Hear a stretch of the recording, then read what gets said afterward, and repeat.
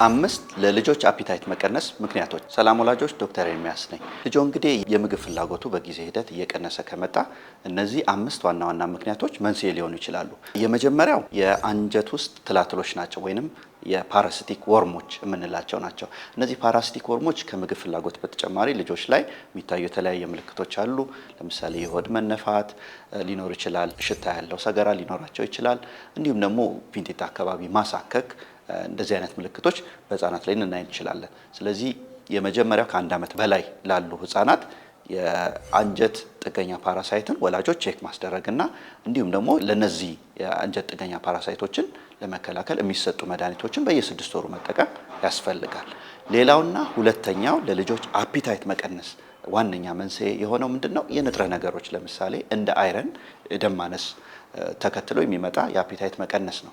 ህፃናት ላይ እንግዲህ የአፒታይት መቀነስ በተጨማሪ የተለያየ የሚታዩ የመነጫነጭ፣ ቶሎ ቶሎ መድከም፣ የድካም ስሜት ሊኖር ይችላል።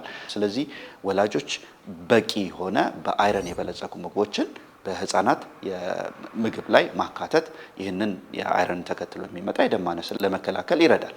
ሌላውና ሶስተኛው ለልጆች አፒታይት መቀነስ መንስኤ የሆነው ነገር የአንጀት ድርቀት ነው። ህፃናት የአንጀት ድርቀት በሚኖራቸው ሰዓት ካካቸው መዘግየት ይኖራል። እንዲሁም ደግሞ ጠጣሪ የሆነ ካካን በሚያደርጉበት ሰዓት ማማጥ፣ እንዲሁም ደግሞ ካካን በሚያደርጉበት ሰዓት በዛ ያለ ካካ ማድረግ ምልክቶችን ሊያሳዩ ይችላሉ። ስለዚህ ይህ የአንጀት ድርቀት ለህፃናት አፒታይት መቀነስ አንደኛው መንስኤ ሊሆን ይችላል። ስለዚህ ወላጆች በተቻለ መጠን በፋይበር የበለጸጉ ወይም በአሰር ይዘታቸው የበለጸጉ ምግቦችን፣ አትክልት፣ ፍራፍሬ እንደ እርጎ፣ ውሃ የመሳሰሉትን ነገሮች በምግብ ውስጥ ማካተት የአንጀት ድርቀት እንዲቀንስ ይረዳል። ሌላውና አራተኛው መንስኤ ደግሞ ከአፍ ውስጥ ቁስለት ጋር ተያይዞ የአፒታይትን መቀነስ ሊያስከትል ይችላል። ይህ እንግዲህ ከተለያዩ ንጥረ ነገሮች ለምሳሌ እንደ ቫይታሚን ቢ12 የመሳሰሉ ነገሮች የአፍ ውስጥ ቁስለትን ሊያስከትሉ ይችላሉ። እንዲሁም ደግሞ የአፍ ንጽህናን ካለመጠበቅ ከአለርጂ ጋር ተያይዞ የአፍ ቁስለት ሊከሰት ይችላል። ስለዚህ ወላጆች እነዚህ ነገሮች ካዩ ልጆችን ወደ ህፃናት ስፔሻሊስት ሐኪም በመውሰድ መንስኤውን በማወቅ ህክምና ማድረግ ይኖርባቸዋል። ሌላውና አምስተኛው ለልጆች አፒታይት መቀነስ መንስኤ ከሆነው ነገር አንዱ ኢንፌክሽን ነው።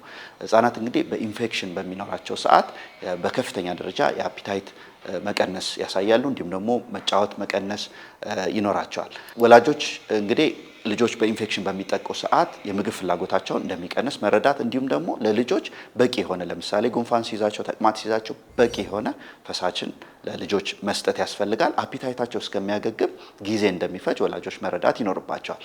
እነዚህ እንግዲህ ከላይ የተነጋገርናቸው 5 ነጥቦች ለህፃናት አፒታይት መቀነስ ዋና ዋና የሆኑ ምክንያቶች ናቸው።